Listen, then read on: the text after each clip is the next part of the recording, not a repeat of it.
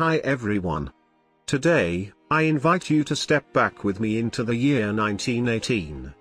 In this video, you will also see colorized documentary footage from those years. A world set ablaze by the First World War.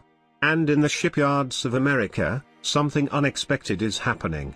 Not mighty battleships. Not grand ocean liners.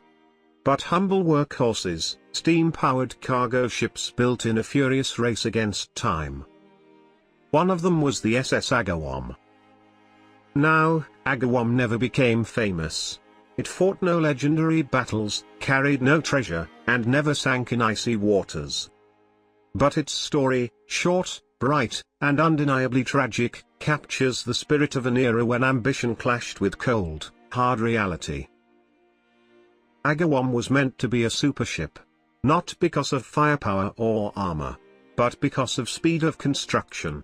Its makers had a revolutionary idea: assemble a ship from prefabricated parts, like a giant mechanical puzzle. And they did it. Agawam's hull rolled off the ways in Newark just 27 days after the keel was laid. A world record at the time.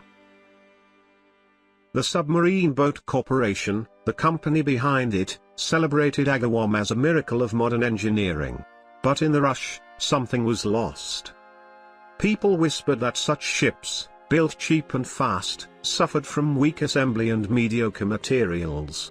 Agawam was a child of urgency, not craftsmanship.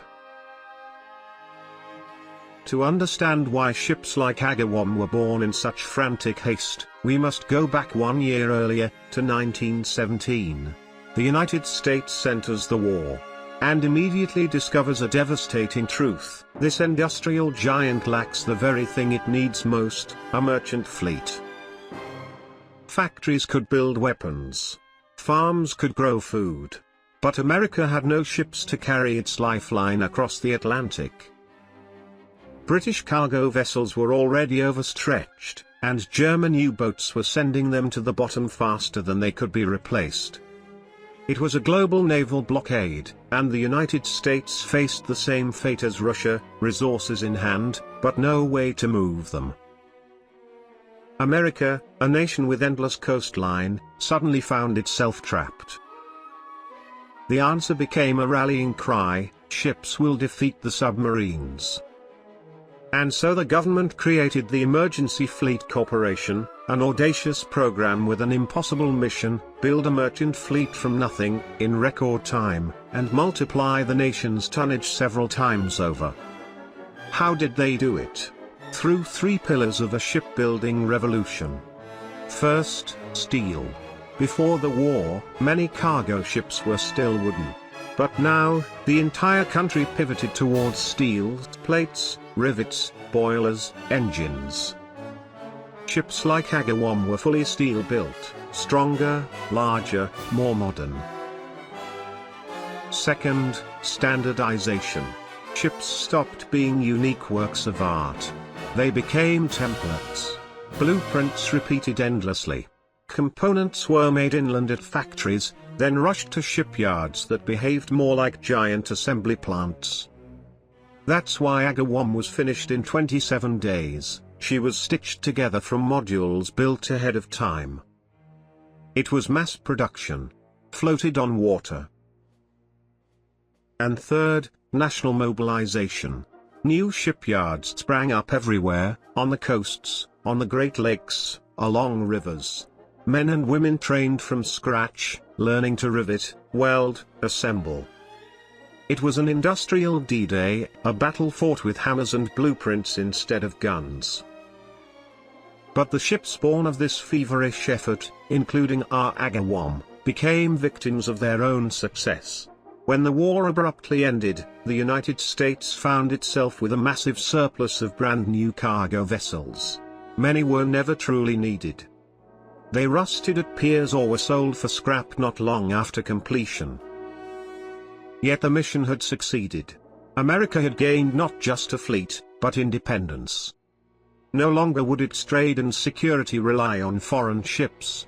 This program transformed the nation, turning it from a maritime dependent into a maritime superpower.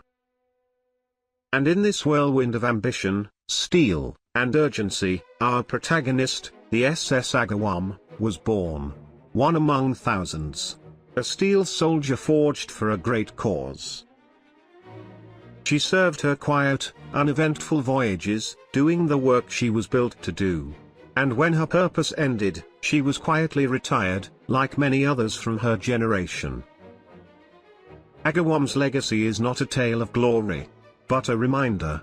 A reminder that the colossal effort of an entire nation can still leave behind small, forgotten stories, stories of ships that lived briefly, worked faithfully, and then disappeared into history. To understand the design of SS Agawam, you must forget the elegance of ocean liners and the artistry of classical naval architecture. Agawam was not designed in the traditional sense. It was assembled, like a giant Meccano set stretched to 130 meters in length. A product of iron logic and wartime necessity. The idea behind her was simple: create the cheapest, simplest, most technologically practical cargo hauler imaginable. Not a ship, but an ocean-going freight box. This was the Emergency Fleet Corporation Design 1023, also known as the Lacayette type, the most mass-produced steam cargo ship class of the First World War. And Agawam had no solitary master designer. She was born from a collective effort, a team of engineers from the Emergency Fleet Corporation, working hand in hand with the British Admiralty, which contributed proven plans from their own Type B cargo vessels. Three principles shaped her creation. Before the war, ships were built from scratch on the slipway. But for Agawam and her sisters, everything changed. The hull was split into more than 200 standardized sections. These modules were stamped and pre-assembled from steel sheets in inland factories, Pittsburgh, Cleveland, Detroit, hundreds of kilometers from the ocean. Then, like puzzle pieces, they were shipped by rail to Newark and joined by cranes and riveters. Without this innovation, the legendary construction time of 27 days would have been impossible. Every system on board had to be repairable in any port on Earth, and operable even by hastily trained wartime crews. A classic triple expansion steam engine, slow, reliable, familiar to any mechanic. A single propeller. A straightforward steam-powered steering gear. No complex hydraulics, nothing exotic. The hull was optimized not for speed, but for volume. Straight sides. An almost vertical bow. A mostly flat bottom. All chosen to simplify assembly and maximize cargo space. In the end, Agawam could carry around 5,000 tons, the equivalent of 500 railroad freight cars. Her 2,600 horsepower engine pushed her to just 10 to 11 knots, about 18 to 20 kilometers per hour. Her crew of 40 to 50 men lived in conditions that were more minimalist necessity than comfort. These ships were almost built for one voyage, not literally, but in spirit. Quantity mattered more than craftsmanship. Rivets were often placed from the outside, reducing the strength of seams. Steel quality varied. Finishing work and crew spaces were bare bones. And fuel consumption was notoriously high.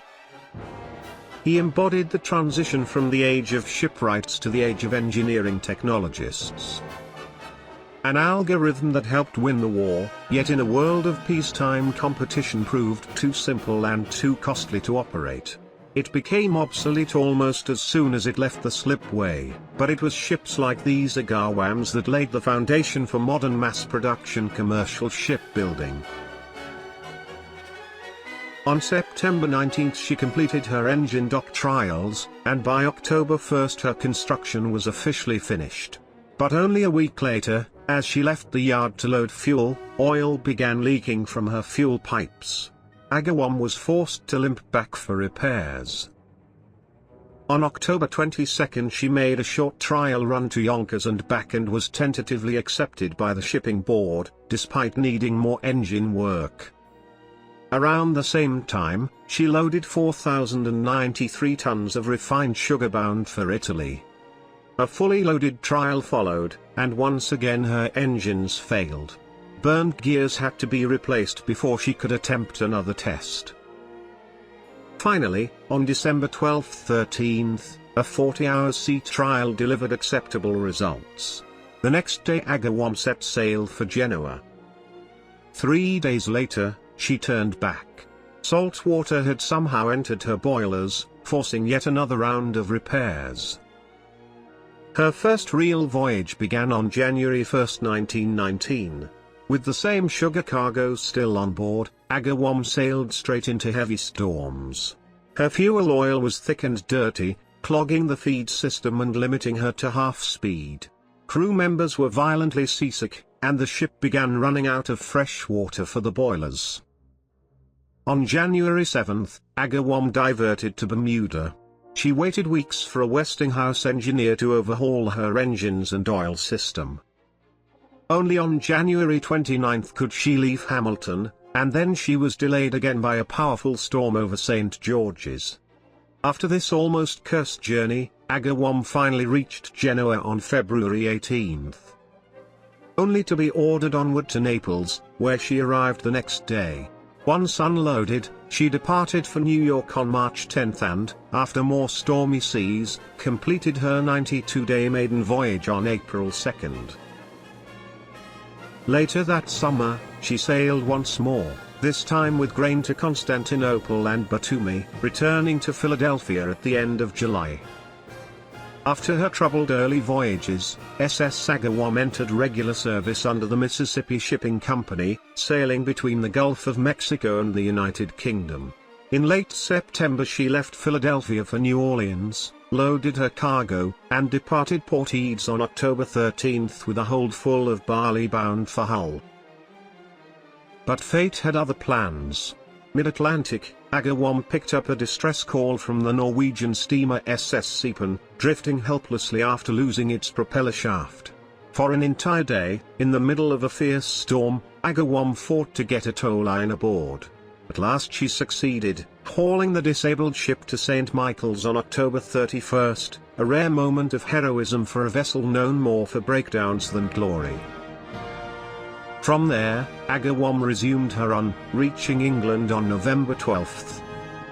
Her return voyage went no smoother. She was forced into Harwich with a damaged rudder, repaired, and sent on to Barry and Gibraltar with coal before finally crossing back to New Orleans in May 1920.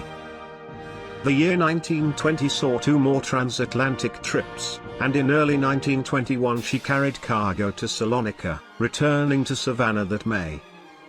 But on her next voyage, loaded with 7,866 bales of cotton for Liverpool, Agawam again ran into trouble. Engine failures pushed her into Hampton Roads, where a sudden on-board fire triggered a dramatic emergency response involving 3 firefighting tugs. The Agawam was slapped with a $150,000 salvage claim, leaving the ship stuck in port until the case reached the U.S. Supreme Court. When the court ruled she should be released, Agawam finally sailed again on June 26. By late 1921 she made her final commercial trips between New Orleans and England. But the post-war world no longer needed hundreds of cheaply built wartime freighters. With cargo scarce and tonnage abundant, shipping companies slashed their fleets. Agawam was tied up on the James River alongside hundreds of idle hulls, eventually absorbed into the government's reserve fleet. In 1925 the U.S. Shipping Board decided to scrap 200 of its obsolete lake-type steamers. The winning bid came from Ford Motor Company, which bought the lot for $1.7 million. Agawam was among them, and in 1926, the once record-breaking freighter was cut up for scrap. Thousands of miles, tons of cargo carried, and in the end, all of it was valued only by the weight of the metal. This is how one of the thousands of soldiers of the home front met its end, a ship that became a symbol of America's incredible industrial leap. Thanks for watching.